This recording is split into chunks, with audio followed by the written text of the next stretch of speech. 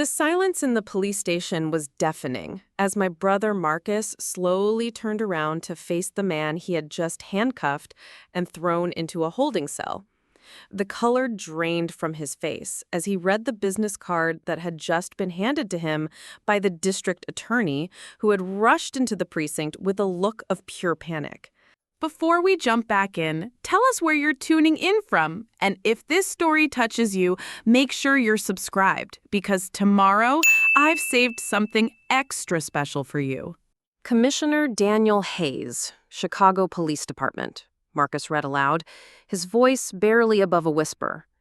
His hands were visibly shaking as he looked from the card to the holding cell where my husband sat calmly, still wearing the expensive suit that Marcus had assumed made him just another arrogant rich boy trying to buy his way out of trouble. Before I tell you how we got to this moment of absolute humiliation for my brother, let me take you back to where this story really begins. My name is Sarah Hayes, and 6 months ago, I thought I knew exactly who my family was and where I stood in their eyes. I was wrong about everything. My story begins not with a dramatic arrest that would ultimately expose my brother's true character, but with a seemingly innocent family dinner 3 years ago that revealed everything I needed to know about how my family viewed the man I loved and the choices I had made. It was a warm Sunday evening in October, and I had finally worked up the courage to bring Daniel home to meet my parents and my older brother Marcus for the first time. We were celebrating my promotion to senior litigation attorney at Morrison & Associates, one of Chicago's most prestigious law firms, and I thought it would be the perfect opportunity to introduce the man who had become the center of my world to the family that had shaped who I was. Daniel and I had been dating for 8 months at that point, and while I knew my family would eventually need to meet him, I had been hesitant to arrange the introduction for reasons that went deeper than normal relationship anxiety. My family had very specific ideas about success, status, and the kind of man who was worthy of their daughter and sister. My father, Robert Chen, was a federal judge who had built his career on rigid principles and unwavering adherence to protocol. My mother, Patricia Chen, came from old Chicago money and had never worked a day in her life, spending her time on charity boards and social committees that reinforced her sense of superiority over people she considered beneath her social station. But it was my brother Marcus who presented the biggest challenge. 3 years older than me and a detective with the Chicago Police Department, Marcus had always carried himself with the arrogant confidence of someone who believed his badge gave him the authority to judge other people's character and worthiness. He was the golden child who could do no wrong in our parents' eyes, while I was the daughter who was tolerated but never quite celebrated. Marcus had made detective at an unusually young age, primarily through political connections our father had cultivated within the justice system. He was ambitious, ruthless, and completely convinced of his own superiority over anyone who hadn't earned their success through law enforcement or the legal system he considered himself a guardian of. The problem was that Daniel Hayes didn't fit any of the categories my family considered respectable or impressive. At 32, he worked as a community outreach coordinator for various nonprofit organizations throughout Chicago's South Side. He drove a 10-year-old Honda Civic, lived in a modest apartment in a neighborhood my parents considered transitional at best, and spent his weekends volunteering with youth programs and community development initiatives. What my family couldn't see, or chose not to acknowledge, was that Daniel was one of the most intelligent, principled, and genuinely good men I had ever met. He had a master's degree in public administration from Northwestern, spoke 3 languages fluently, and had turned down numerous offers from major corporations and government agencies because he was committed to working directly with communities that needed resources and advocacy. More importantly to me, Daniel treated me with a respect and partnership that I had never experienced in any previous relationship.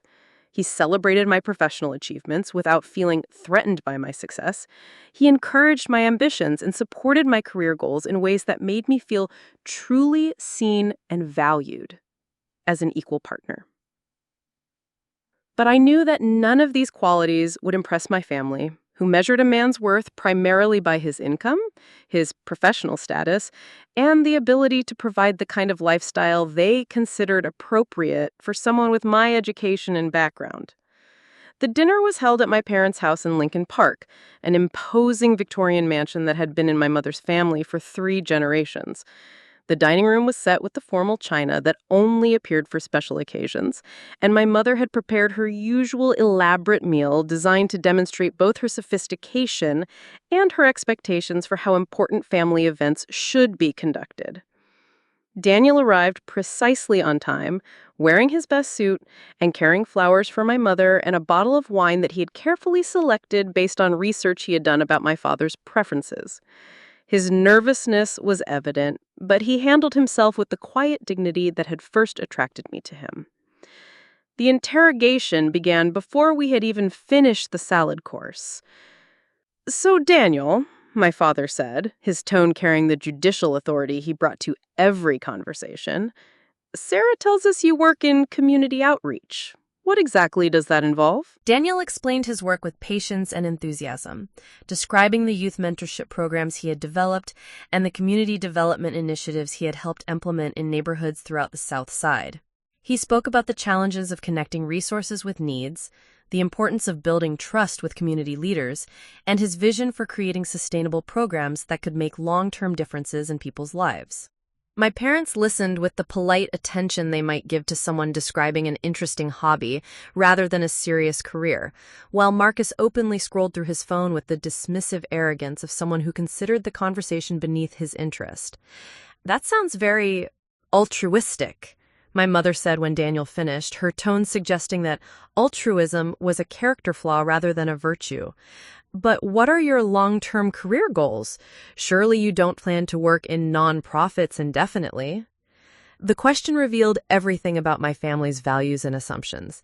They couldn't conceive of someone choosing community service as a permanent career path rather than a temporary stepping stone to something more lucrative or prestigious.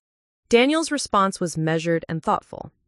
"Actually, I find the work incredibly fulfilling. There's something deeply meaningful about being able to connect people with resources that can genuinely improve their lives. I've been considering pursuing additional certification in urban planning so I can work on larger policy initiatives, but I'm committed to staying focused on direct community service." Marcus finally looked up from his phone, his expression carrying the condescending amusement of someone who had heard something particularly naive. "Community service is great as a hobby," he said, cutting into his steak with unnecessary force. "But at some point, don't you want to do something that actually pays enough to support a family? Sarah's got expensive tastes and she's used to a certain lifestyle."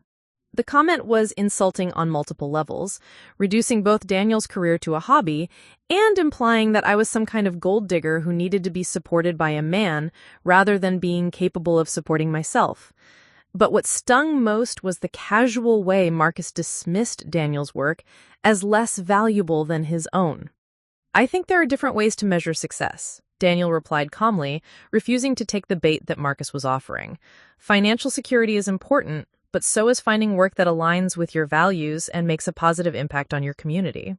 My father leaned forward, his expression sharpening as he prepared to deliver what I recognized as his closing argument. "That's a very idealistic perspective, Daniel, but idealism doesn't pay mortgages or provide for children's education. A man has responsibilities that go beyond personal fulfillment." The conversation continued in this vein for the remainder of the evening, with my family systematically undermining Daniel's choices while positioning themselves as the practical, responsible adults who understood how the real world operated.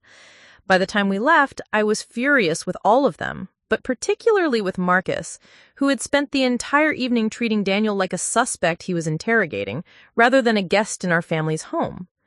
The drive back to Daniel's apartment was quiet, both of us processing what had just occurred.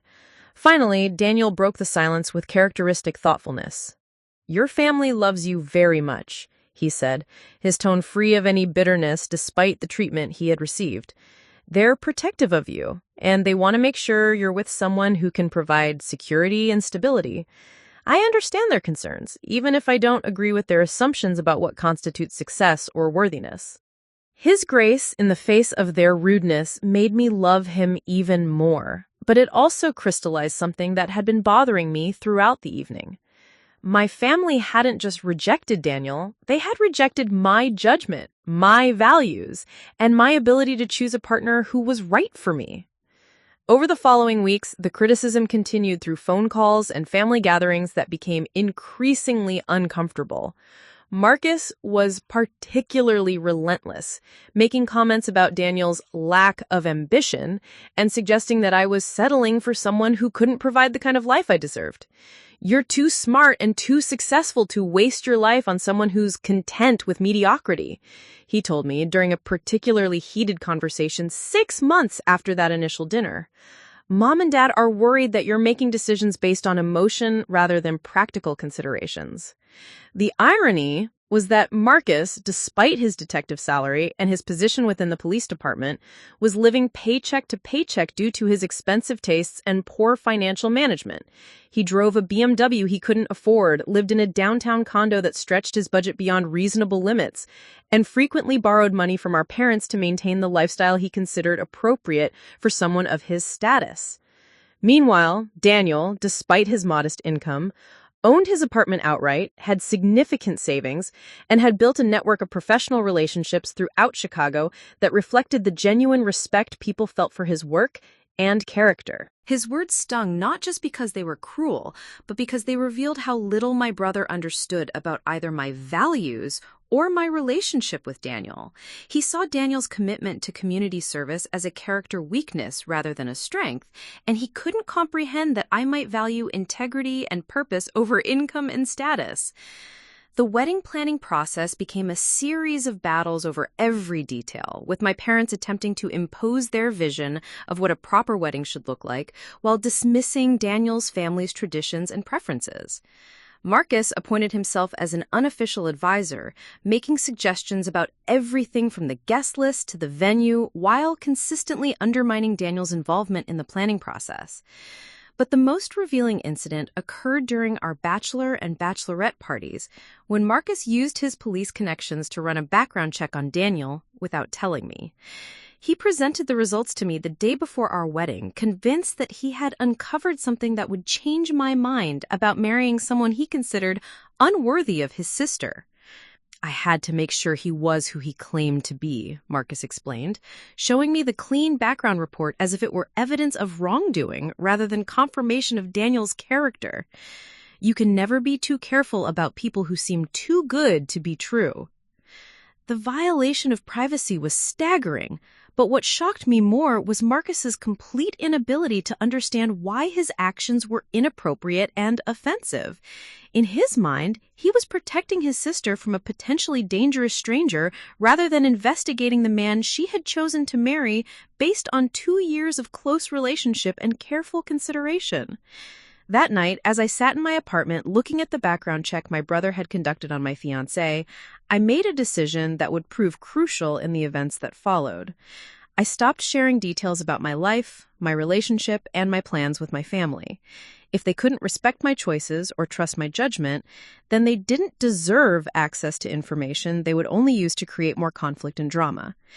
Daniel and I were married 6 months later in a beautiful ceremony that managed to be both elegant and meaningful despite the undercurrent of family disapproval. My parents attended and behaved appropriately, while Marcus gave a speech that managed to be simultaneously supportive and subtly condescending. But as I danced with my new husband at our reception, surrounded by friends and colleagues who celebrated our relationship and understood what we meant to each other, I realized that I was entering marriage with a clear understanding of where my loyalties needed to lie. My family had shown me exactly who they were and what they valued.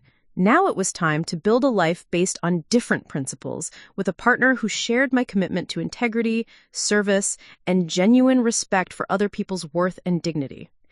I had no idea that within 2 years, their prejudices and assumptions about Daniel would create a situation that would expose not just their character, but the true extent of their ignorance about the man I had married and the life we had built together. The foundation for everything that would follow had been laid during those early family dinners and conversations. My brother's arrogance, my parents' snobbery, and their collective inability to see past their own narrow definitions of success and worthiness would eventually create the perfect conditions for the most humiliating moment of Marcus's career and the most satisfying vindication of my judgment that I could have ever imagined. Preparing and narrating this story took us a lot of time, so if you are enjoying it, subscribe to our channel. It means a lot to us. Now, back to the story.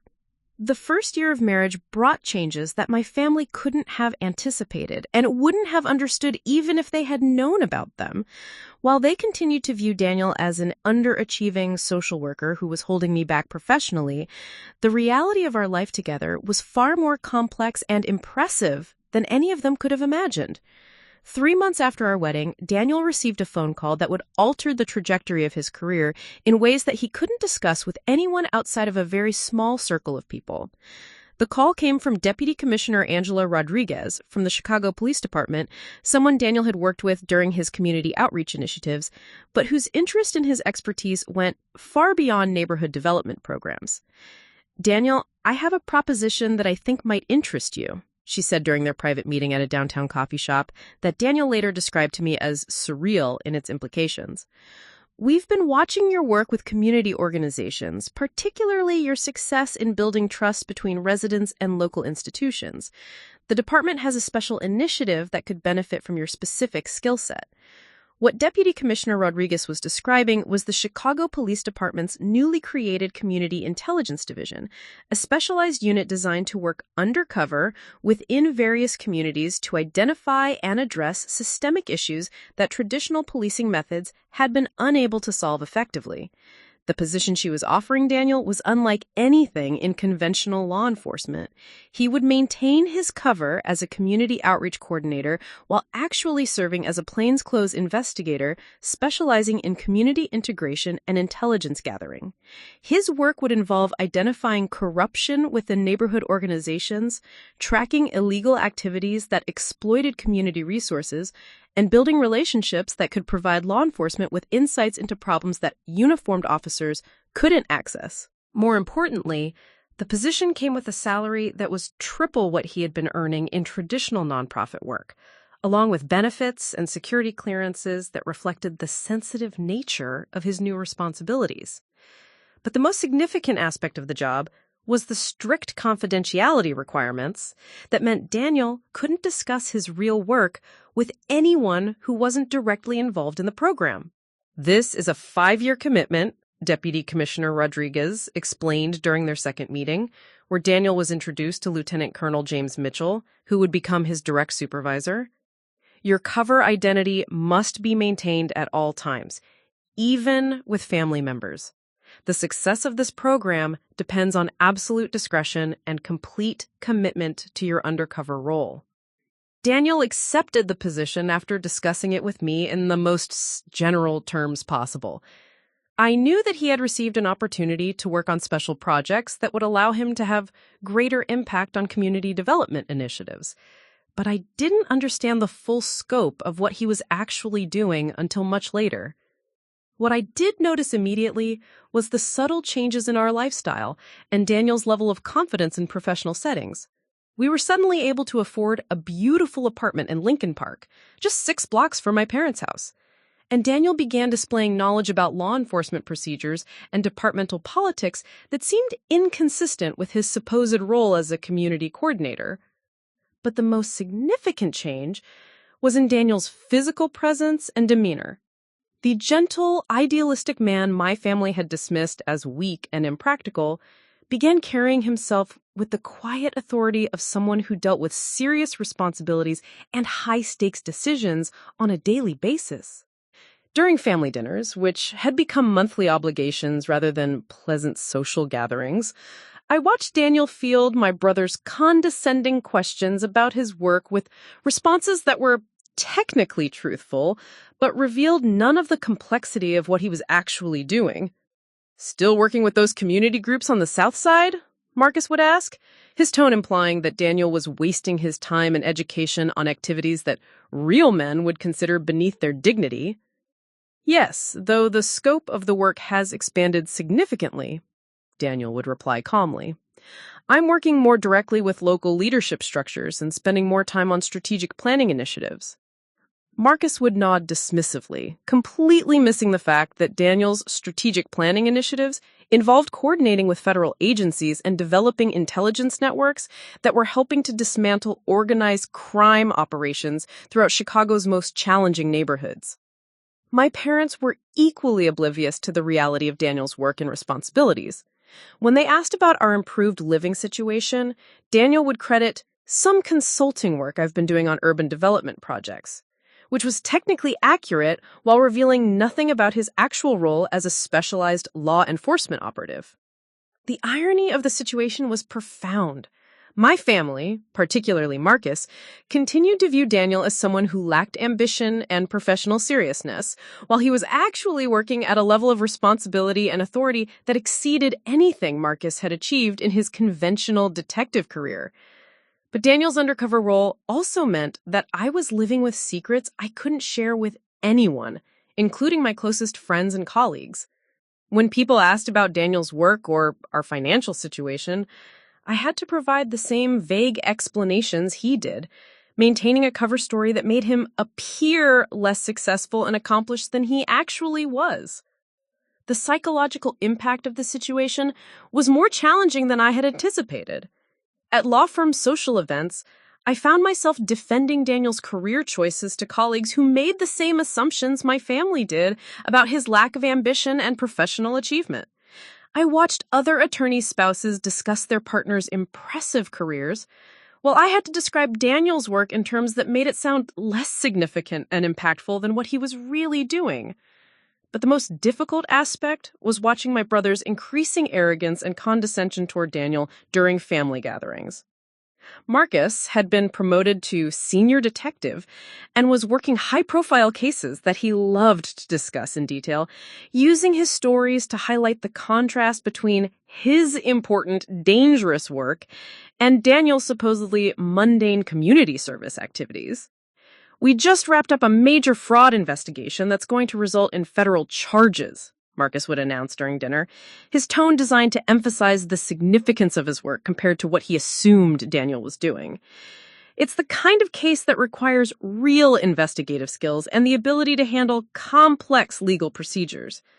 Daniel would listen politely, sometimes asking thoughtful questions that revealed his understanding of law enforcement procedures in ways that should have surprised Marcus, but somehow never did. My brother was so convinced of his own superiority that he couldn't recognize expertise when it was sitting across the dinner table from him. The most revealing incident occurred during a family barbecue celebrating Marcus's latest promotion. He had been drinking and was particularly verbose about his achievements and the respect he commanded within the police department. "The thing about real police work," he said, directing his comments toward Daniel with obvious condescension, "is that it requires a certain kind of mentality. You have to be able to make tough decisions under pressure and deal with people who don't respond to the kind of soft approach that works in social service situations." Daniel's response was characteristically measured. "I imagine different approaches are effective in different circumstances. Building trust and maintaining relationships probably requires different skills than conducting criminal investigations." Marcus laughed, the sound carrying all the dismissive arrogance that had characterized his attitude toward Daniel since their first meeting. "Trust and relationships are fine for community organizing, but when you're dealing with real criminals and serious crimes, you need authority and the willingness to use it. It's not the kind of work that everyone is cut out for." I watched Daniel absorb this insult with the same patience he had shown throughout 3 years of similar comments, but I could see something different in his expression. Not anger or defensiveness, but a kind of quiet amusement, as if he were watching someone unknowingly make a fool of themselves. Later that evening, as we drove home from my parents' house, Daniel was unusually quiet. When I asked him about his mood, his response was more revealing than anything he had said about his work since accepting his undercover position. "Your brother is very confident about his expertise and his position within the department, he said carefully. I hope that confidence is based on solid understanding rather than assumptions about how things work at different levels of law enforcement. It was the closest Daniel had come to suggesting that Marcus might be operating with incomplete information about departmental hierarchies and the various specialized units that existed within the Chicago Police Department. But even this indirect comment was more than he usually allowed himself when discussing his work or his observations about my family's attitudes. 6 months later, Daniel's responsibilities expanded again when he was selected to participate in a multi-agency task force investigating corruption within various city departments.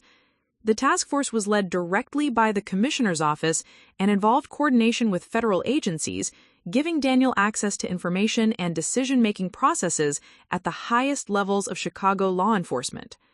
His new role required even greater discretion and more sophisticated cover maintenance, but it also brought him into regular contact with the police commissioner, deputy commissioners, and other senior officials who were impressed by his analytical skills and his unique perspective on community-based law enforcement strategies.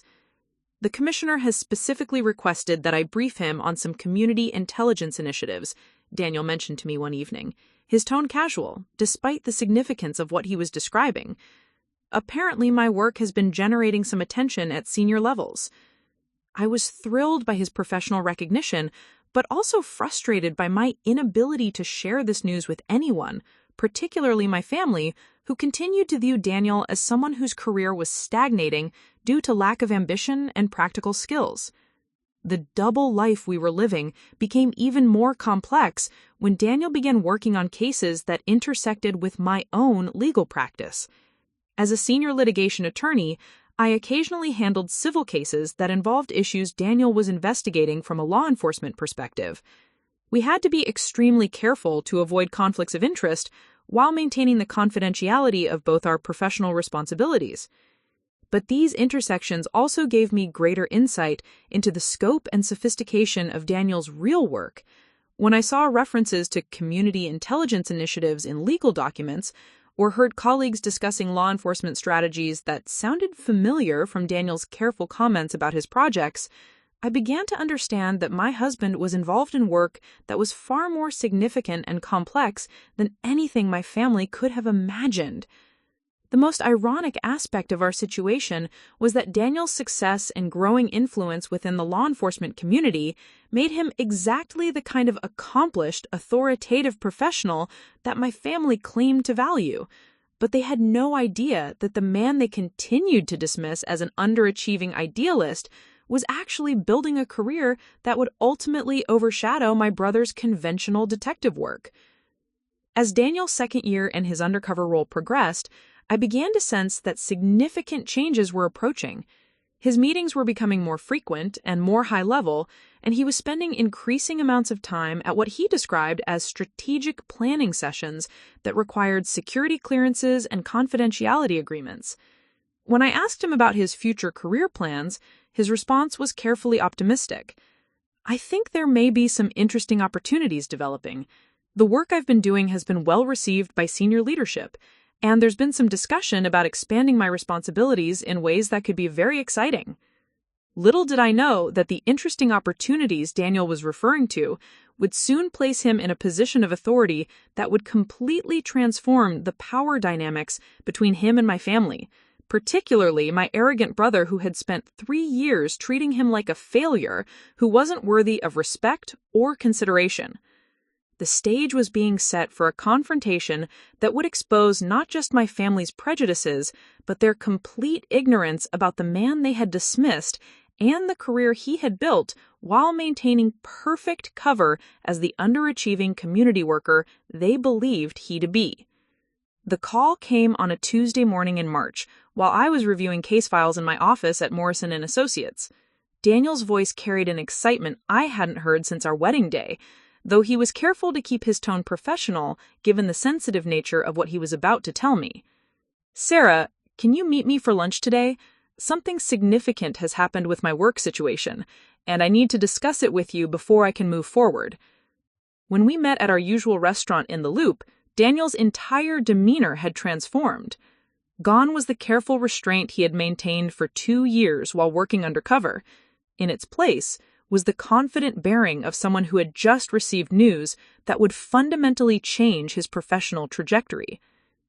The commissioner has offered me a position that will require some major adjustments to how we handle my work situation, he began, choosing his words carefully even in our private conversation.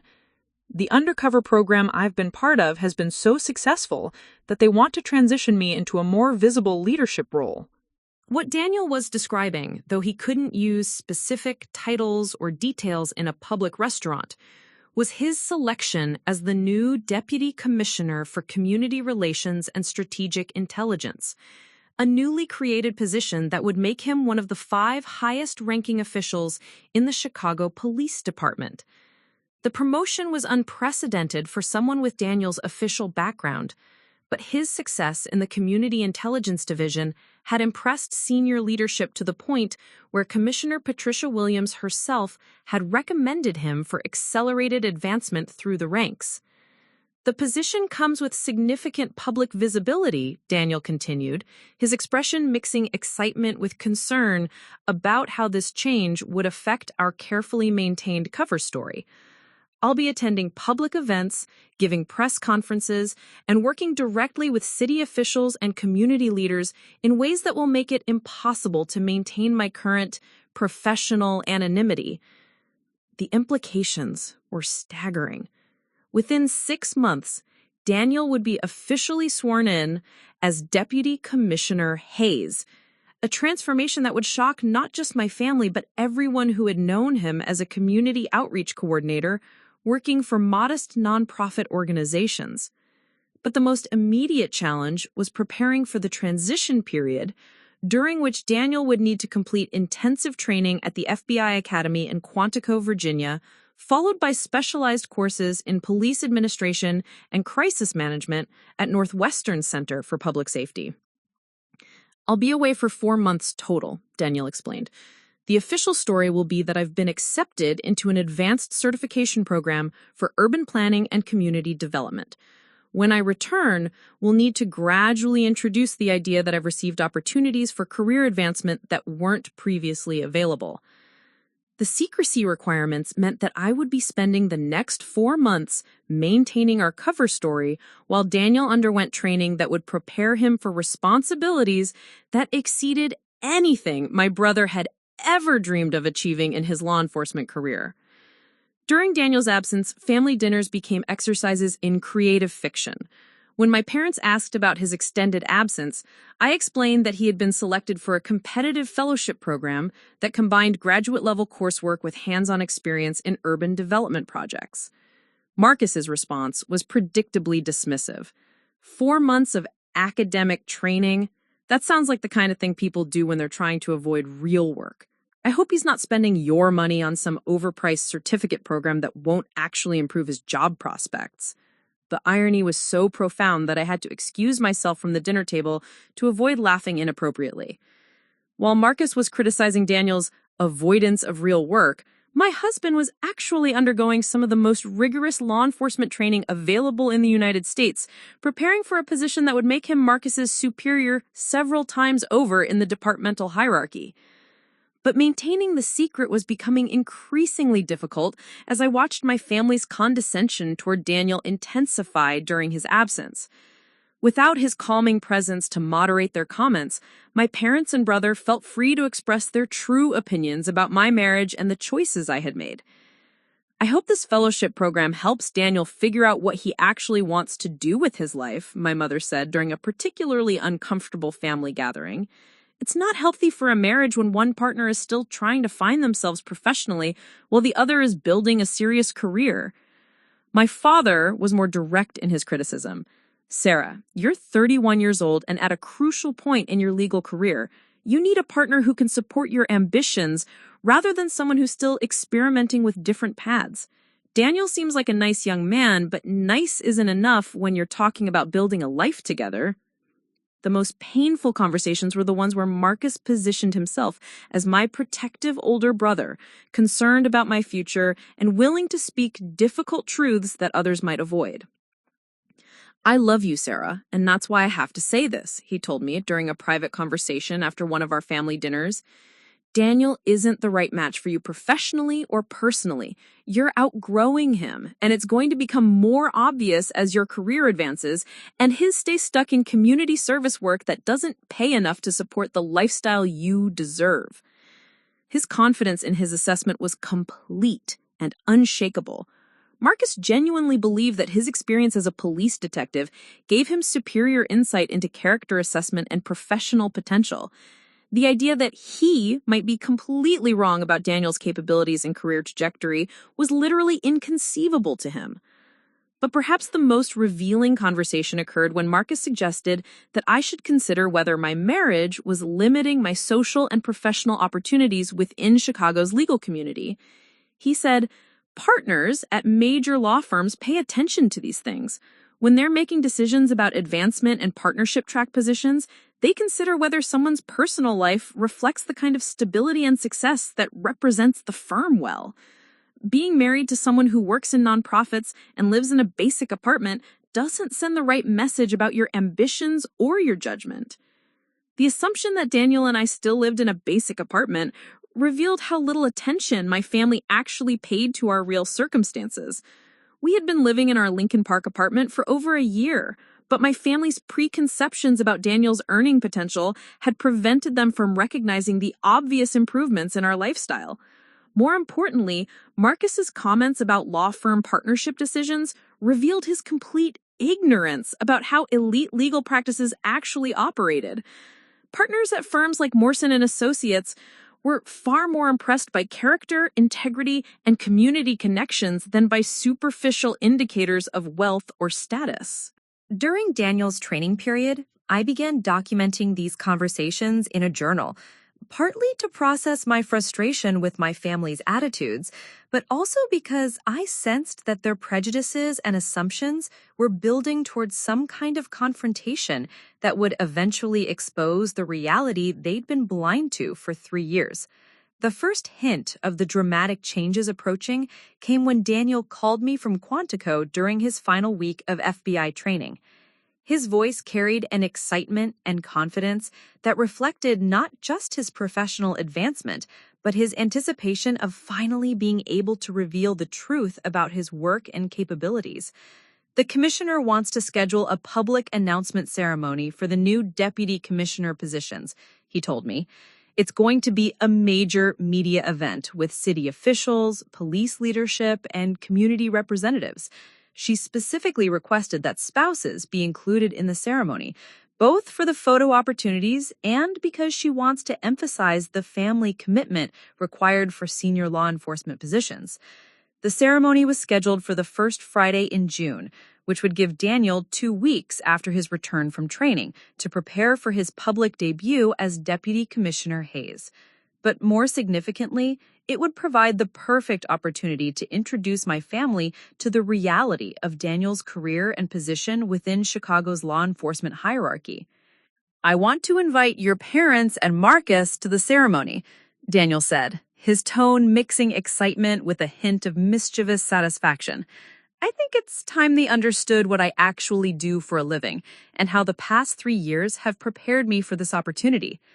The prospect of my family's reaction to Daniel's promotion was both thrilling and terrifying. I knew that their shock would be profound, but I also worried about how they would process the realization that they had been completely wrong about someone they had dismissed so confidentially. When Daniel returned from his training, the transformation in his presence and bearing was remarkable. The gentle community worker my family remembered had been replaced by someone who carried himself with the quiet authority of a senior law enforcement official, accustomed to making high-stakes decisions and commanding respect from colleagues and subordinates. But even more significant was Daniel's new perspective on my family's treatment of him over the past 3 years. The confidence that came with his professional advancement had given him clarity about the dynamics he had been navigating and the character of the people who had judged him so harshly based on incomplete information and biased assumptions. "Your brother has spent 3 years treating me like someone who lacks ambition and professional competence," Daniel said, during one of our conversations about how to handle the upcoming announcement. I think it's going to be educational for him to discover that the community worker he's been condescending to is about to become one of his superiors in the departmental hierarchy. The invitation I extended to my family for the commissioner's announcement ceremony was carefully worded to pique their curiosity without revealing the true significance of the event. Daniel has received a career opportunity that he'd like to share with the family, I told my parents during our phone conversation. The announcement is being made at a ceremony with city officials and police leadership, and spouses are specifically invited to attend. Marcus's response was typical of his assumption that any event involving Daniel would be relatively minor and unimpressive. A ceremony with police leadership? Is this about some kind of community partnership program? I suppose it's nice that they're recognizing his volunteer work, though I'm surprised they're making such a big deal about it. My parents were equally underwhelmed by the prospect, agreeing to attend primarily out of family obligation, rather than genuine interest in Daniel's professional recognition. None of them had any idea that they were about to witness a revelation that would completely transform their understanding of the man they had dismissed and the marriage they had criticized for 3 years. The stage was set for the most satisfying vindication of my judgment and the most humbling experience my family would ever face regarding their assumptions about success, character, and the importance of looking beyond surface appearances when evaluating someone's worth and potential. The morning of Commissioner Williams' announcement ceremony dawned crisp and clear, with that perfect Chicago spring weather that made the city feel alive with possibility. As I prepared for what I knew would be one of the most significant days in our marriage, I felt a mixture of excitement and nervous anticipation that had kept me awake most of the night. Daniel had left early for final briefings and preparation sessions with the commissioner's communications team. His transformation over the past 2 weeks since returning from training had been remarkable to witness. The man who had once carefully deflected questions about his work now carried himself with the quiet authority of a senior law enforcement official accustomed to making high-stakes decisions and commanding respect from colleagues and subordinates. But even more significant was Daniel's new perspective on my family's treatment of him over the past 3 years. The confidence that came with his professional advancement had given him clarity about the dynamics he had been navigating and the character of the people who had judged him so harshly based on incomplete information and biased assumptions. My parents arrived at City Hall precisely on time, dressed in their usual formal attire and carrying the polite but slightly condescending attitude they brought to events they considered beneath their social status, but attended out of family obligation. Marcus appeared 15 minutes later, still adjusting his tie and complaining about having to take time off work for what he had described to his colleagues as some kind of community service recognition ceremony for my sister's husband. The grand lobby of City Hall was filled with people I didn't recognize, but who clearly belonged to Chicago's political and law enforcement elite. Television crews from all major local news stations were setting up equipment, while reporters interviewed various officials about the significance of the organizational changes being announced today. "This is quite elaborate for a community partnership recognition," my mother observed, watching the media preparation with growing curiosity. "Are you certain Daniel didn't exaggerate the importance of whatever role he's being given?" Before I could respond, Marcus gestured toward a group of uniformed police commanders near the main staircase. "Those are some serious brass over there. Deputy Chief Morrison, Commander Jackson, and at least 3 other officials I recognize from major press conferences. Whatever this announcement is about, it's bigger than I expected." For the first time since I had invited them, I could see my family beginning to question their assumptions about the significance of Daniel's professional recognition. But they were still operating under the fundamental belief that any role involving Daniel would be secondary and supportive rather than leadership-oriented. We were directed to reserved seating in the front section of the ceremonial chamber, with place cards that read, "Hayes Family VIP Seating." The designation seemed to surprise my parents, who had expected to be general attendees rather than specially honored guests. As we took our seats, I noticed Marcus scanning the crowd with the analytical attention of someone trying to understand the political dynamics of the event he was attending. His expression was increasingly puzzled as he recognized senior officials whose presence suggested that major departmental changes were being announced. "Sarah, what exactly is Daniel being recognized for?" he asked quietly, leaning toward me with genuine confusion replacing his usual condescension. "This looks like the kind of ceremony they hold for major promotions or policy announcements, not community service awards."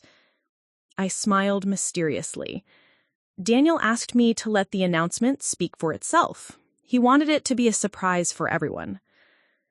The ceremony began with Commissioner Williams taking the podium, her presence immediately commanding the attention of everyone in the chamber. Patricia Williams was a formidable figure in Chicago law enforcement, known for her strategic brilliance and her commitment to innovative approaches to community policing and criminal justice reform.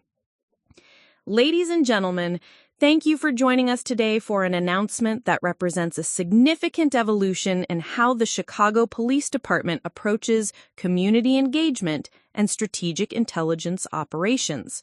She began, her voice carrying the authority of someone accustomed to addressing both media and political audiences.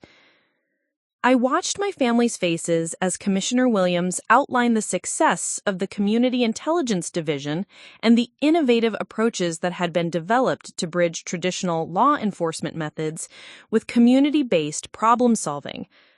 Marcus was paying particular attention, clearly trying to understand how this related to Daniel's supposed recognition. "The individual I am about to introduce has demonstrated exceptional leadership in developing and implementing these new strategies," Commissioner Williams continued, her voice carrying the authority of someone accustomed to addressing both media and political audiences. My mother leaned toward me with a whisper. "She's talking about someone with 3 years of experience. That's exactly how long Daniel has been doing his community work. Do you think he's been involved in these police programs somehow?" Before I could respond, Commissioner Williams delivered the words that would change everything my family thought they knew about my husband. "It is my honor to announce the promotion of Daniel Hayes to the position of Deputy Commissioner for Community Relations and Strategic Intelligence, effective immediately. Deputy Commissioner Hayes brings a unique combination of community trust, analytical expertise, and strategic vision that will be essential as we continue evolving our approach to public safety in the 21st century." The silence from my family was absolute. I watched Marcus's face go through a series of expressions: confusion, disbelief, shock, and finally a kind of stunned recognition as he processed what he had just heard. My parents sat frozen, their brains apparently unable to reconcile the Daniel they thought they knew with the title and responsibility as being described from the podium. Commissioner Williams continued her introduction, outlining Daniel's educational background, his specialized training, and his accomplishments during his undercover work with the Community Intelligence Division. Each detail she revealed further demolished my family's assumptions about his capabilities and professional trajectory. Deputy Commissioner Hayes holds advanced certifications in criminal justice administration, crisis management, and federal law enforcement coordination. His innovative approaches to community-based intelligence gathering have been studied by police departments throughout the United States, and his strategic recommendations have influenced policy development at both state and federal levels. As Daniel walked to the podium, I felt a surge of pride that had nothing to do with his professional achievement and everything to do with his character. For 3 years, he had endured my family's condescension and dismissiveness without once revealing his actual position or defending himself with information that would have immediately changed their attitude toward him. The man who stepped behind the microphone bore little resemblance to the gentle community worker my family remembered. Deputy Commissioner Hayes carried himself with the natural authority of someone accustomed to command responsibility, his voice clear and confident as he addressed the audience. Thank you, Commissioner Williams, for this opportunity to serve Chicago's communities in an expanded capacity. We have accomplished over the past 3 years in community intelligence and strategic engagement has demonstrated that effective law enforcement requires building genuine partnerships with the people and neighborhoods we serve. Marcus was staring at Daniel as if he were looking at a stranger. The community worker he had dismissed as lacking ambition and professional seriousness was speaking with the expertise and authority of someone who clearly understood law enforcement operations at levels that exceeded Marcus's own experience and knowledge. But Daniel's most pointed comments were directed toward misconceptions about community-based law enforcement that had broader implications for traditional policing approaches. Too often, law enforcement officers assume that effective police work requires maintaining distance from the communities they serve, Daniel said, his eyes briefly meeting Marcus's across the crowded chamber. But our experience has shown that the most successful crime prevention and criminal investigation strategies emerge from genuine partnerships built on mutual respect and shared commitment to public safety. The statement was a subtle but unmistakable critique of the kind of enforcement-focused policing that Marcus represented, delivered by someone who now outranked him significantly within the departmental hierarchy. Following the formal announcement, Daniel was surrounded by congratulations from senior officials, community leaders, and media representatives seeking interviews about his vision for the new position. I watched my family observe these interactions with expressions of complete bewilderment, as if they were witnessing something that contradicted fundamental laws of nature. When Daniel finally reached our section, having been photographed with the commissioner and interviewed by 3 television stations, my family's attempts to process what they had witnessed were almost painful to observe. "Daniel," my father began, his judicial composure barely masking his shock, "I had no idea that your community work involved this level of responsibility and recognition." Daniel's response was gracious, but pointed. "I've always believed that effective community service requires understanding how systems work and building relationships at all levels. The past 3 years have provided excellent preparation for expanded responsibilities." Marcus was struggling to formulate questions that wouldn't reveal the extent of his previous dismissiveness toward Daniel's work and capabilities. "Deputy Commissioner," he said, testing the title as if he couldn't quite believe he was using it to address his brother-in-law. "This is quite a career advancement. I wasn't aware that community outreach programs led to executive positions in law enforcement." The best community outreach work has always been intelligence gathering, understanding community dynamics, identifying problems before they escalate, building trust networks that provide information about criminal activities. It's all fundamental police work, just approached from a different angle than traditional enforcement methods. The conversation that followed was surreal in its awkwardness, with my family attempting to congratulate Daniel while simultaneously processing the complete reversal of their assumptions about his professional competence and career potential. Every comment revealed their previous misconceptions while highlighting how little they had actually understood about the man I had married. But the most telling moment came when Marcus attempted to position himself as having always recognized Daniel's potential, despite his years of condescending comments and dismissive attitude. "I always thought your analytical approach to community issues showed promise. Police work requires that kind of strategic thinking, especially at senior levels." Daniel's smile was polite, but knowing. "I appreciate your support, Marcus. Strategic thinking is certainly important, though I found that the most effective approaches often come from understanding community perspectives that aren't immediately obvious to traditional law enforcement methods." As we left City Hall that afternoon, surrounded by congratulatory phone calls and interview requests from media outlets covering Daniel's appointment, I reflected on the complete transformation of our family dynamics that had occurred in a single morning. My parents, who had spent 3 years suggesting that I had married beneath my potential, were now faced with the reality that Daniel's position and influence exceeded anything they had achieved in their own careers.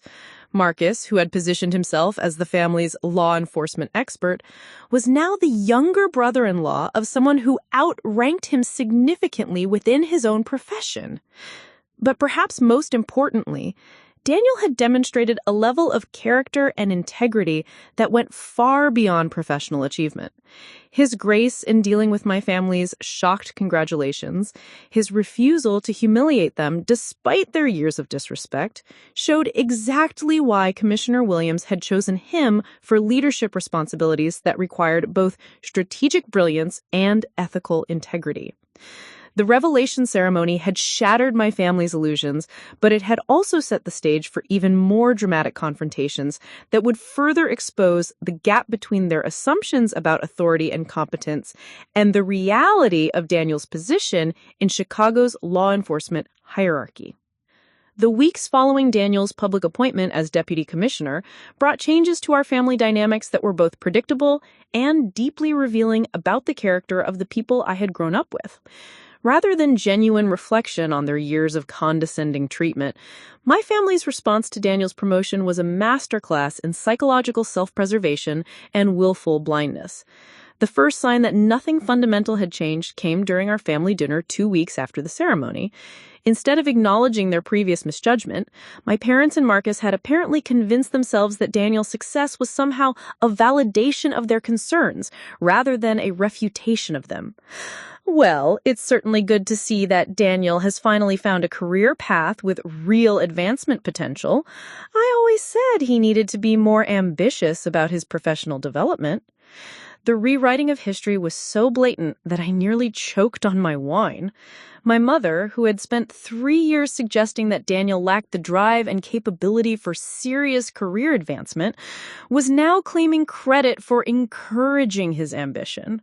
My father was equally creative in his revisionist interpretation of events. I suspected there was more to Daniel's community work than he was letting on, he announced with judicial authority. His questions about law enforcement procedures during our conversations always seemed more sophisticated than you'd expect from someone doing basic social service work. But it was Marcus's response that revealed the true depth of his inability to acknowledge his own errors in judgment.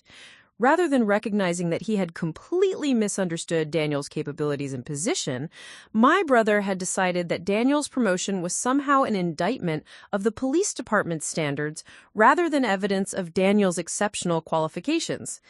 The department is really pushing this community engagement approach, Marcus explained to anyone who had listened, his tone suggesting that he was providing insider analysis based on his superior understanding of law enforcement politics.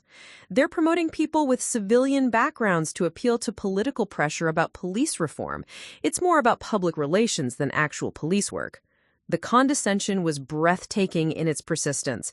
Even confronted with clear evidence that Daniel outranked him significantly and had been working in specialized law enforcement for 3 years, Marcus found ways to diminish his achievement and maintain his sense of superiority. But the most revealing conversations happened when Marcus thought I wasn't listening. During a phone call with one of his detective colleagues that I overheard while visiting my parents, his true feelings about Daniel's promotion became clear. "Yeah, my sister's husband just got promoted to deputy commissioner," Marcus said, his voice carrying embarrassment rather than pride. "It's one of those community relations positions they're creating to look good for the media. Not real operational police work, but it comes with a fancy title and good pay." The dismissal of Daniel's role as not real operational police work demonstrated Marcus's complete inability to understand that strategic intelligence and community relations were among the most challenging and important aspects of modern law enforcement. His narrow definition of real police work revealed exactly why he had remained a detective while Daniel had been selected for executive leadership. More troubling was Marcus's growing obsession with finding ways to demonstrate his own importance and expertise in contrast to what he perceived as Daniel's unearned advancement. He began inserting himself into conversations about policing and criminal justice with the aggressive confidence of someone determined to establish his authority on subjects he believed he understood better than his newly promoted brother-in-law. During a family barbecue in late June, Marcus launched into a detailed explanation of a fraud investigation he was working on, directing his comments toward Daniel with the obvious intention of showcasing his investigative skills and street-level police experience. This kind of case requires real detective work, Marcus emphasized, describing surveillance techniques and evidence-gathering procedures that he assumed would be unfamiliar to someone with Daniel's supposed background. You can't solve complex financial crimes through community meetings and relationship building. It takes hard investigative skills and the ability to think like a criminal.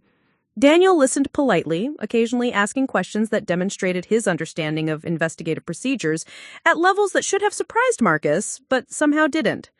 When Marcus finished his presentation, Daniel's response was characteristically measured and insightful. Financial fraud investigations often have community intelligence components that can be very valuable, Daniel observed. Understanding how these schemes affect neighborhoods and identifying victims who might not report to traditional law enforcement channels can provide crucial leads that supplement the technical financial analysis. The comment revealed Daniel's sophisticated understanding of how different types of criminal investigations intersected with community-based intelligence gathering, but Marcus interpreted it as generic social worker commentary rather than expert analysis from someone with extensive experience in exactly these types of cases. Community intelligence is fine as background information, but solving cases requires hard evidence and legal procedures that hold up in court. You can't prosecute financial crimes based on neighborhood gossip and community concerns. What Marcus didn't know, and what Daniel couldn't reveal without violating confidentiality protocols, was that the Community Intelligence Division had been instrumental in identifying and prosecuting several major financial fraud rings that had exploited community organizations and vulnerable populations throughout Chicago. Daniel's community concerns had actually led to federal prosecutions that Marcus would have read about in departmental briefings. But the most dangerous aspect of Marcus's attitude was his growing belief that his conventional detective experience gave him superior insight into criminal behavior and law enforcement strategy compared to Daniel's specialized training and executive responsibilities. This overconfidence began manifesting in increasingly problematic ways during family gatherings and social situations where Marcus felt compelled to demonstrate his law enforcement expertise. He would interrupt Daniel's conversations with other guests to correct or supplement his statements about police procedures, positioning himself as the family's real law enforcement authority, despite their dramatically different positions within the departmental hierarchy. The situation reached a tipping point during a dinner party at our apartment in early July. Daniel had invited several colleagues from his new position, including Deputy Chief Rodriguez and Commander Thompson, along with some of my fellow attorneys and their spouses. Marcus arrived late and slightly intoxicated, having spent the evening at a police bar celebrating a recent arrest in his fraud investigation. His entrance was marked by the loud confidence of someone who felt entitled to be the center of attention based on his professional achievements. When he discovered that several senior police officials were among our guests, Marcus immediately launched into stories about his recent cases, apparently assuming that his detective work would impress Daniel's colleagues and establish his credibility as a serious law enforcement professional. The key to financial fraud investigation is understanding that these criminals think they're smarter than the system, Marcus announced to Deputy Chief Rodriguez, who listened with the polite attention senior officials give to junior personnel at social events. You have to think several steps ahead and anticipate how they'll try to cover their tracks. What Marcus didn't realize was that Deputy Chief Rodriguez had overseen financial crime investigations for over 15 years, and had literally written training manuals on the investigative techniques Marcus was describing as if they were his personal insights. But the truly embarrassing moment came when Marcus began critiquing community-based policing approaches in front of Daniel's colleagues, apparently unaware that everyone present understood Daniel's actual role and expertise. The problem with these community engagement programs, Marcus said, gesturing vaguely toward Daniel, is that they create unrealistic expectations about what police work can accomplish. Real crime prevention requires strong enforcement and the willingness to make tough arrests, not endless meetings with community leaders. The silence that followed was excruciating. Commander Thompson, who had worked directly with Daniel on developing some of the community intelligence strategies Marcus was dismissing, exchanged meaningful glances with Deputy Commissioner Rodriguez. Both officials clearly understood that they were witnessing someone unknowingly criticize programs and approaches that had been developed by the person he was speaking about. Daniel's response was a masterclass in professional diplomacy. Different approaches work in different situations, he said calmly. The most effective strategies often combine traditional enforcement with proactive community engagement to prevent problems before they require arrest and prosecution.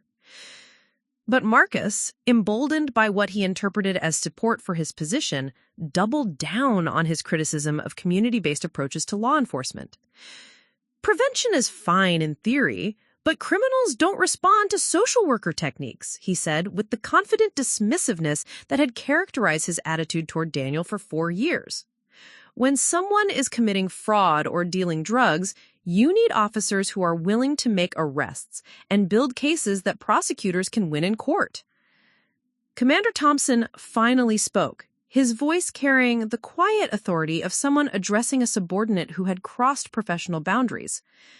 Detective Chen, I think you might be operating with some outdated information about how community intelligence operations actually work, he said carefully. The approaches Deputy Commissioner Hayes has developed represent some of the most sophisticated law enforcement strategies currently being implemented in major urban departments.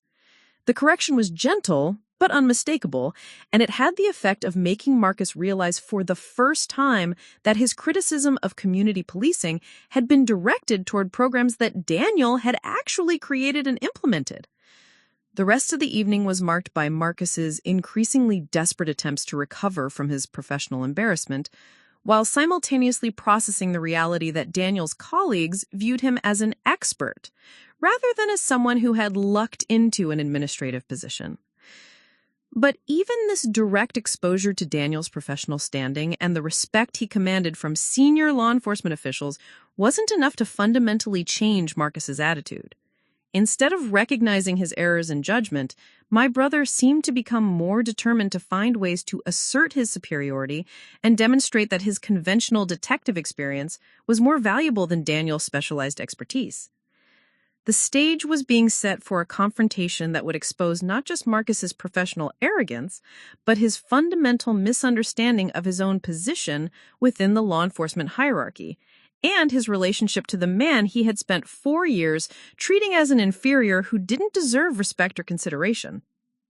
What Marcus didn't understand was that his continued condescension toward Daniel wasn't just personally offensive, it was becoming professionally dangerous for someone whose career advancement depended on the good opinion of senior law enforcement officials who valued and respected the work Daniel was doing at levels Marcus couldn't even comprehend. The collision between Marcus's arrogance and reality was approaching, and when it finally occurred, it would be more devastating and humiliating than anything he could have imagined possible. The events that would lead to Marcus's most devastating professional humiliation began on a sweltering Thursday morning in late August when Daniel received a phone call that would require him to step outside his normal administrative duties and into active field work for the first time since his promotion to deputy commissioner. "We have a situation developing that needs your specific expertise," Commissioner Williams told Daniel during their early morning briefing. "There's been a series of community complaints about aggressive enforcement tactics in the Riverside District, and the situation is escalating in ways that could become very problematic if we don't intervene carefully."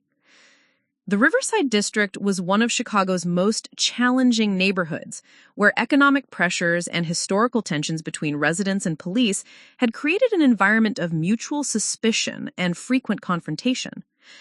Recent incidents involving questionable arrests and excessive force complaints had caught the attention of federal oversight agencies and civil rights organizations. What made the situation particularly sensitive was that the aggressive enforcement tactics were being employed by a group of detectives who had been operating with minimal supervision while pursuing what they claimed were high-priority criminal investigations. Their methods had generated complaints from community leaders and legal advocates, but they had also produced arrest statistics that looked impressive in departmental reports. The federal oversight team is scheduled to arrive next week, Commissioner Williams explained. Before that happens, I need someone to conduct a thorough assessment of what is actually happening in Riverside and whether these aggressive enforcement tactics are justified by the criminal activity they're supposed to be addressing. Daniel's assignment was to spend several days in the district working in plainclothes to observe enforcement operations and community interactions firsthand. His community intelligence background made him the ideal person to evaluate whether the aggressive tactics were producing genuine public safety improvements or simply creating the appearance of activity while damaging police-community relations. What neither Daniel nor Commissioner Williams knew was that Marcus had been assigned to a special task force conducting fraud investigations in the same district, operating under the supervision of Detective Sergeant Mike O'Brien, a 20-year veteran known for his old-school approach to policing and his skepticism of what he called politically correct law enforcement reform. The task force had been given broad authority to investigate financial crimes that they believed were connected to organized criminal activity in the neighborhood. Their aggressive approach had generated the very complaints that had prompted Daniel's assignment, but they were convinced that their methods were necessary to combat sophisticated criminal enterprises that community-friendly approaches couldn't address effectively. Marcus was thriving under Sergeant O'Brien's leadership, finally working with someone who shared his belief that effective policing required maintaining authority through strength and intimidation rather than building relationships and trust.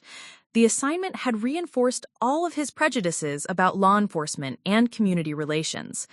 These people respect force, not social worker bullshit, Sergeant O'Brien had told his team during one of their briefings. When you're dealing with criminals who exploit their own communities, you can't waste time trying to win popularity contests. You have to show them that breaking the law has serious consequences. Marcus had embraced this philosophy enthusiastically, using his detective skills aggressively and interpreting any questioning of his methods as evidence of political interference with legitimate police work. He had made several high-profile arrests that had earned praise from Sergeant O'Brien and reinforced his conviction that his approach to law enforcement was superior to the community engagement strategies his brother-in-law represented. The collision course was set when Daniel began his assessment work on the same Tuesday morning that Marcus's task force was planning a major operation they believed would dismantle a significant financial fraud network operating out of several Riverside District businesses. Daniel's first day in the district involved meeting with community leaders, business owners, and residents who had filed complaints about recent police activities. The picture that emerged was troubling, a pattern of aggressive tactics that were creating fear and resentment without producing clear evidence of reduced criminal activity.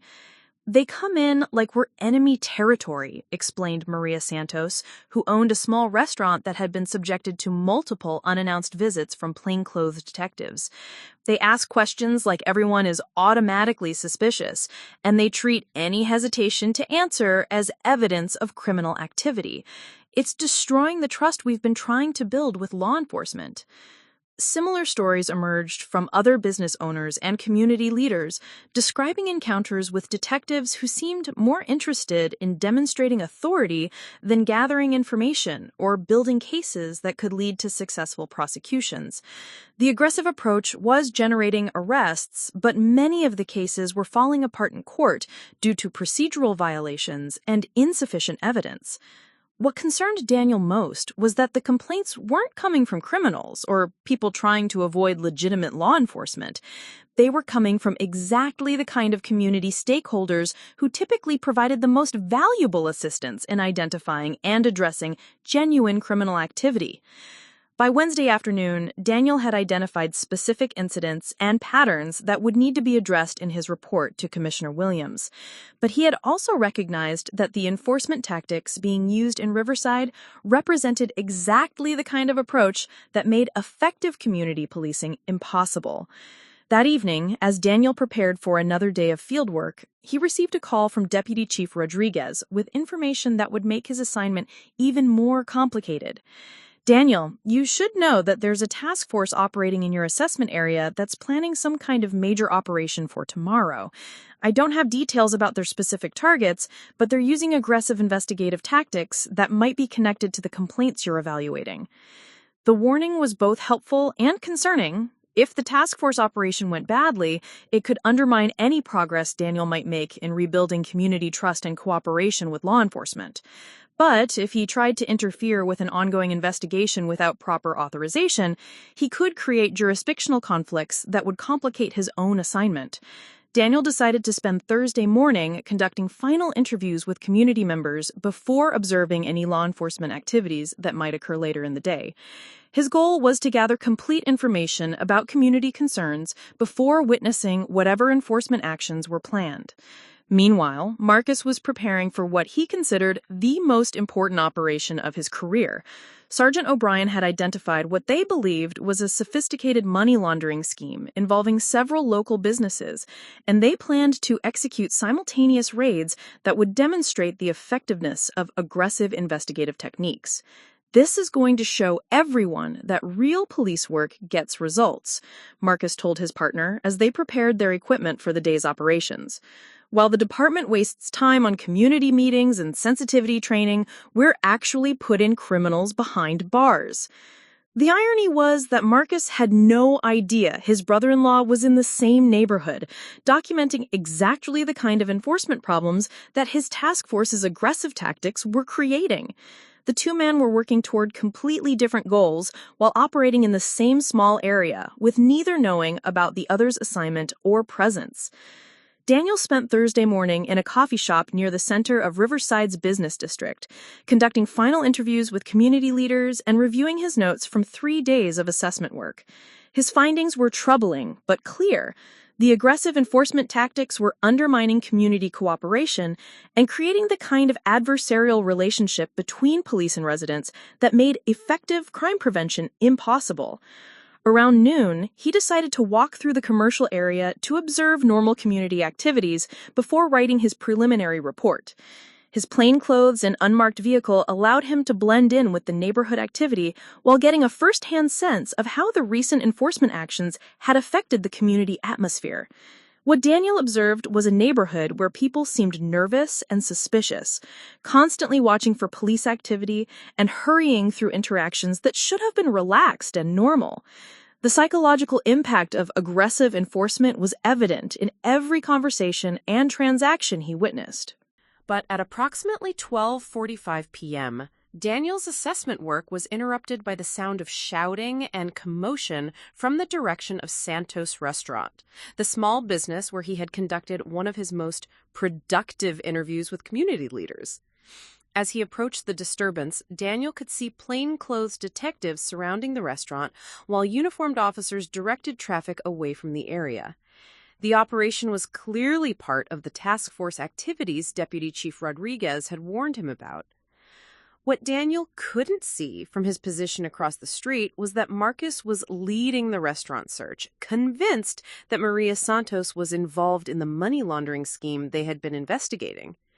The aggressive tactics that had characterized his recent work were on full display as he questioned employees and customers with the intimidating authority that Sergeant O'Brien had encouraged.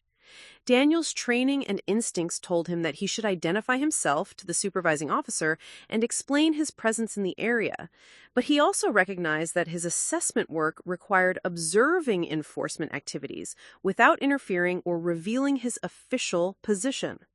He decided to maintain his civilian cover and observe the operation from a reasonable distance, documenting what he witnessed for inclusion in his report to Commissioner Williams. What he was about to witness was his brother conducting exactly the kind of aggressive, community-damaging enforcement that Daniel's assessment had been designed to evaluate and potentially reform. The confrontation that would change everything was less than an hour away, and neither brother had any idea that their conflicting approaches to law enforcement were about to collide in the most dramatic and humiliating way possible.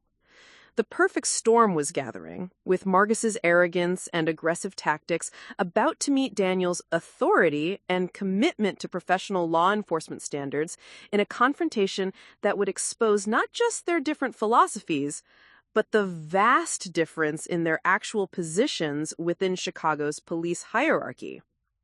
The confrontation that would define both brothers' careers began at exactly 1:23 p.m.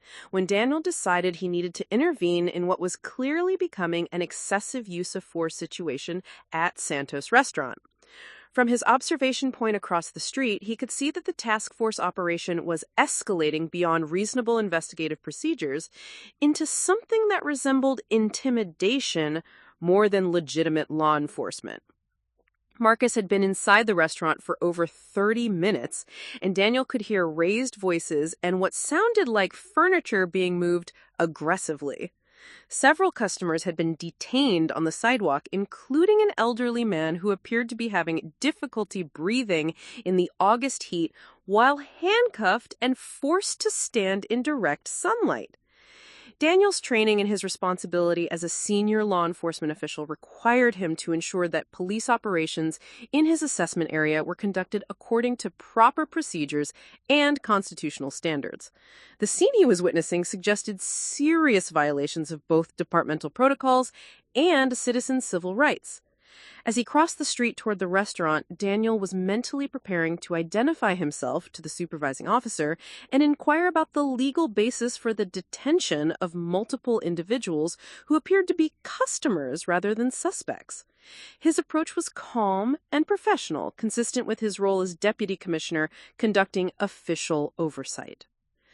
What Daniel didn't know was that Marcus had become increasingly frustrated by what he perceived as a lack of cooperation from Maria Santos and her employees. Despite 30 minutes of aggressive questioning, he had found no evidence of the money laundering scheme that Sergeant O'Brien had insisted was operating out of the restaurant. Marcus's frustration had been compounded by Maria Santos's repeated requests to contact her attorney and her refusal to answer questions without legal representation present. Her knowledge of her constitutional rights had infuriated Marcus, who interpreted her legal sophistication as evidence of criminal activity rather than reasonable caution from a business owner who had been subjected to repeated harassment. "Lady, you can make this easy or hard," Marcus had told Maria Santos just minutes before Daniel's arrival. "We know there's illegal money moving through this place, and we're going to find it whether you cooperate or not. Your choice is whether you want to be helpful or whether we need to treat this as an obstruction investigation." The threat was both legally inappropriate and tactically counterproductive, but Marcus had convinced himself that intimidation was necessary to break through what he saw as organized resistance to legitimate police work. When Daniel approached the restaurant entrance, he was immediately confronted by Officer James Wilson, one of the uniformed officers providing security for the task force operation. "Sir, this is an active police investigation," Officer Wilson said, stepping into Daniel's path with the automatic authority that police officers use to control civilian access to crime scenes. "You need to move back across the street for your own safety and to avoid interfering with official police business." Daniel's response was measured and professional. "Officer, I'm Deputy Commissioner Hayes with the Chicago Police Department. I'd like to speak with the supervising detective about the scope and legal basis of this operation." Officer Wilson's expression shifted from routine authority to confusion and then to obvious discomfort. He had been told that the task force was operating with appropriate authorization, but he hadn't expected to encounter a deputy commissioner requesting information about their activities. "Sir, I'll need to verify your identification and get authorization from Detective Chen before I can allow you access to the scene," Officer Wilson replied, following procedures for unexpected supervisory oversight while clearly uncertain about how to handle the situation. At that moment, Marcus emerged from the restaurant, his face flushed with frustration and his demeanor carrying the aggressive confidence of someone convinced that his authority was being challenged inappropriately. He had heard Officer Wilson's radio call about a deputy commissioner requesting access, but he assumed it was some kind of administrative oversight that he could handle through proper channels. "What's the problem here, Wilson?" Marcus called out as he approached the entrance, his attention focused on the uniformed officer rather than the man standing beside him. "Detective Chen, this gentleman says he's Deputy Commissioner Hayes and wants information about the operation," Officer Wilson explained, gesturing toward Daniel.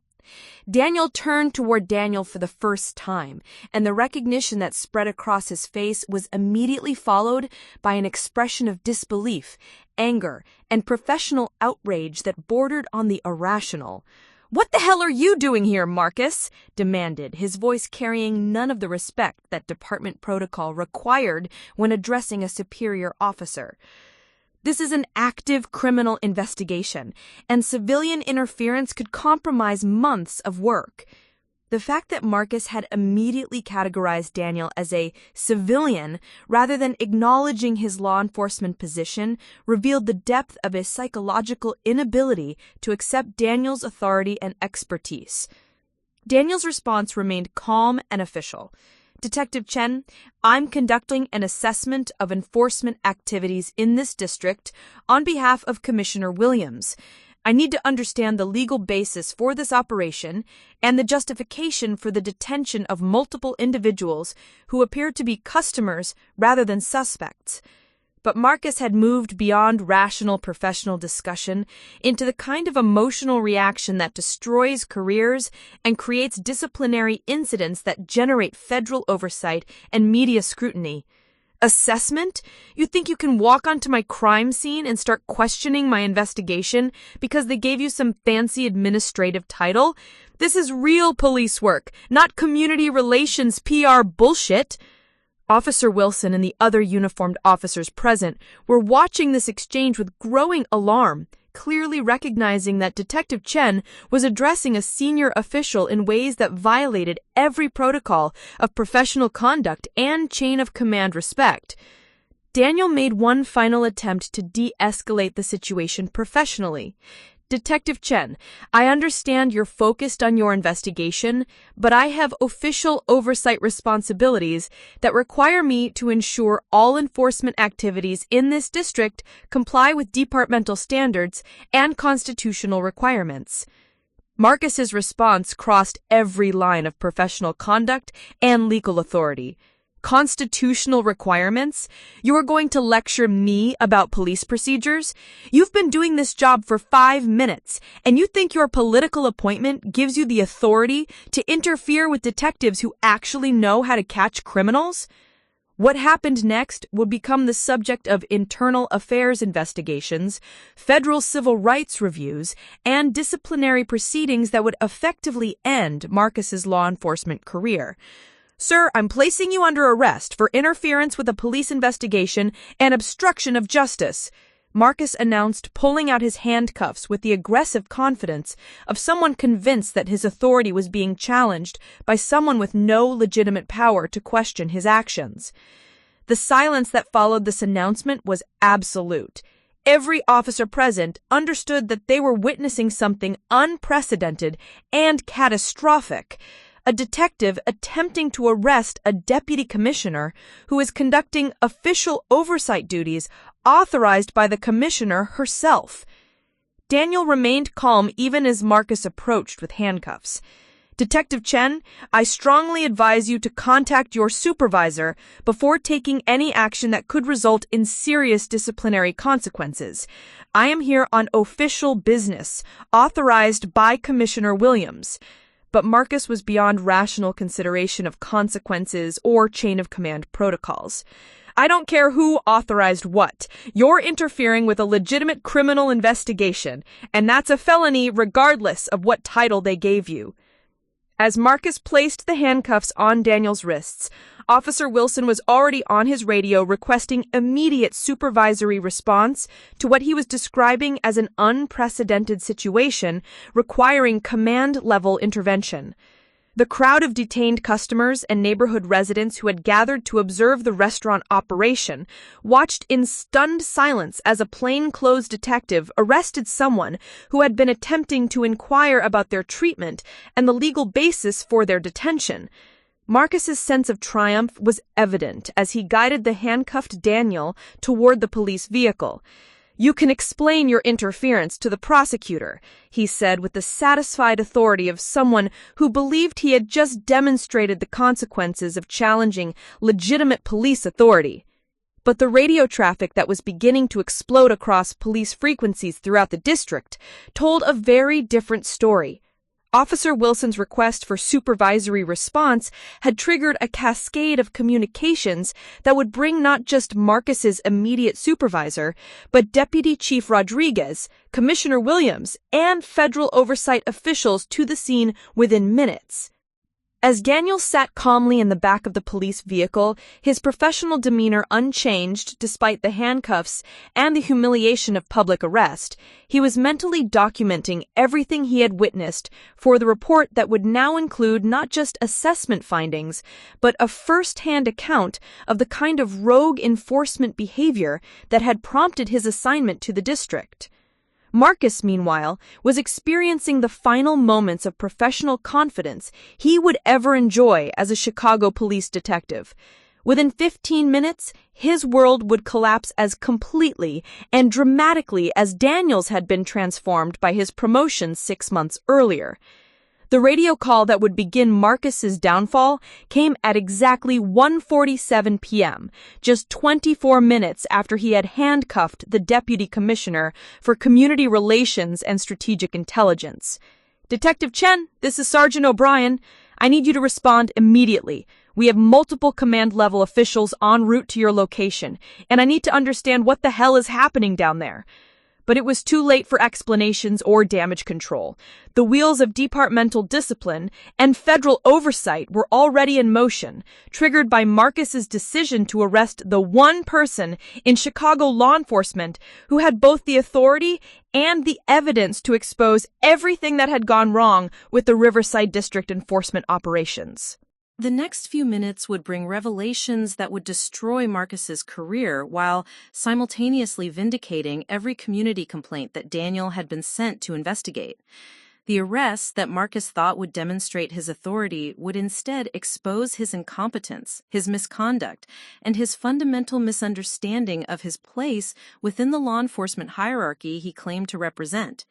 The first indication that Marcus had made a catastrophic mistake came at exactly 1:52 p.m. when 3 black SUVs with tinted windows pulled up to Santos Restaurant simultaneously, followed immediately by Commissioner Williams' official vehicle and a van from the Internal Affairs Division. I was in my office at Morrison & Associates, reviewing depositions for a complex corporate litigation case, when my assistant knocked on my door with an expression I had never seen before. Equal parts confusion and alarm. "Sarah, there's someone from the Chicago Police Department on line 1, Jessica said, her voice carefully controlled. "She says it's urgent and involves your husband, but she wouldn't give me any details." My heart rate immediately accelerated, but my first thought wasn't about Daniel being in danger. It was about whether something had happened during one of his community intelligence operations that required family notification. As deputy commissioner, Daniel sometimes worked on sensitive assignments that carried inherent risks. "Mrs. Hayes, this is Deputy Chief Rodriguez." The voice on the phone was professional but tight with barely controlled tension. "I need you to come to the Riverside District immediately. There's been an incident involving your husband that requires your presence for both personal and official reasons." The carefully neutral language told me that whatever had happened was serious enough to require official protocols and family notification, but Deputy Chief Rodriguez's tone suggested complications beyond a standard officer injury or operational problem. "Is Daniel hurt?" I asked, my legal training automatically focusing on the most critical information first. "No, Mrs. Hayes, the Deputy Commissioner is not injured," she replied, and I caught the subtle emphasis she placed on Daniel's title. "But there has been a significant incident that requires immediate command-level response and family involvement. I can't discuss details over the phone, but you need to get here as soon as possible." The 20-minute drive to Riverside felt like hours, with my mind cycling through every possible scenario that could require both command-level response and family notification. Daniel's work sometimes involved dangerous situations, but he had assured me that his current assignment was primarily observational and administrative. When I arrived at Santos Restaurant, the scene that greeted me was unlike anything I had ever witnessed. The small commercial block had been transformed into what looked like a major crime scene, with multiple police vehicles, federal agents, news crews being held back by barriers, and a crowd of community members watching the proceedings with expressions of anger and confusion. Deputy Chief Rodriguez met me at the perimeter, her expression mixing professional composure with personal frustration in ways that immediately told me the situation was both serious and complicated. "Sarah, before you see Daniel, I need to explain what happened here," she said, guiding me away from the crowd toward a command vehicle that had been set up as a temporary headquarters. "Your husband was conducting an official assessment of enforcement activities in this district when he encountered a task force operation that was problematic in several ways." As she outlined the basic facts, Daniel's assignment, the community complaints, the task force's aggressive tactics, I began to understand that whatever had occurred was more than just an operational incident. The situation escalated when Daniel attempted to conduct oversight of the task force operation.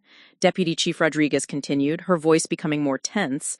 The supervising detective responded inappropriately to Deputy Commissioner Hayes' authority and made a serious error in judgment. The careful euphemisms were telling me that something unprecedented had occurred, something that required delicate handling and careful documentation. "Rodriguez, where is my husband?" I asked directly, using the attorney voice that cut through bureaucratic language and demanded clear information. "Mrs. Hayes, your husband was arrested by Detective Marcus Chen for alleged interference with a police investigation," she said, watching my face carefully for my reaction to news that was both professionally catastrophic and personally devastating. The words hit me like physical blows. My brother had arrested my husband. The deputy commissioner had been handcuffed and detained by a detective who outranked him by several levels. The family dynamics I had been navigating for 4 years had just exploded into a professional crisis that would have consequences far beyond our personal relationships. "Where is Marcus now?" I asked, my legal mind immediately shifting into crisis management mode while my personal emotions processed the implications of what had just occurred. "Detective Chen is currently being interviewed by internal affairs investigators," Deputy Chief Rodriguez replied. "The incident has triggered multiple investigations and oversight reviews that will likely result in federal intervention and media scrutiny." She led me to the command vehicle where Daniel was completing his statement to investigators, no longer in handcuffs, but clearly documenting everything that had occurred for official reports that would become evidence in disciplinary proceedings and potential criminal charges. When Daniel saw me, his expression mixed relief with the kind of controlled anger I had rarely seen from him. The calm professionalism he had maintained throughout the arrest and its immediate aftermath was finally showing cracks as he processed not just the professional implications of what Marcus had done, but the personal betrayal it represented. "Sarah, I'm sorry you had to get involved in this," Daniel said as I sat beside him in the command vehicle. "I was conducting routine oversight when Marcus decided that my authority was somehow illegitimate and that arresting me was an appropriate response to official supervision."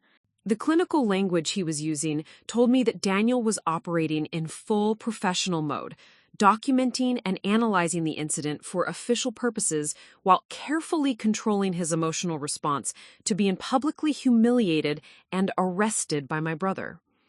But it was the investigators' questions that revealed the true scope of what had occurred and what would happen next. "Deputy Commissioner Hayes, in your assessment, were Detective Chen's actions consistent with appropriate response to supervisory oversight?" asked Lieutenant Detective Sarah Morrison from Internal Affairs. Detective Chen's actions violated multiple departmental protocols, civil service regulations, and potentially federal civil rights statutes, Daniel replied with the precision of someone providing testimony that would be used in official proceedings. His refusal to recognize legitimate supervisory authority and his decision to arrest a senior official conducting authorized oversight suggests either complete ignorance of departmental hierarchy or willful misconduct that requires immediate disciplinary action. The formal language was devastating in its implications. Daniel wasn't just describing a mistake or a misunderstanding, he was documenting behavior that would end Marcus's career and potentially result in criminal charges for civil rights violations and abuse of authority. Over the following hour, as investigators completed their interviews and Commissioner Williams arrived to conduct damage control with federal oversight agencies, the full scope of Marcus's catastrophic error became clear. The task force operation that had prompted Daniel's intervention was not just procedurally problematic, it was based on faulty intelligence and had resulted in the unlawful detention of multiple citizens whose only crime had been patronizing a restaurant that Marcus had decided was suspicious without adequate evidence. The money laundering investigation that had justified the aggressive tactics was based on financial analysis that federal investigators would later describe as fundamentally flawed and potentially discriminatory.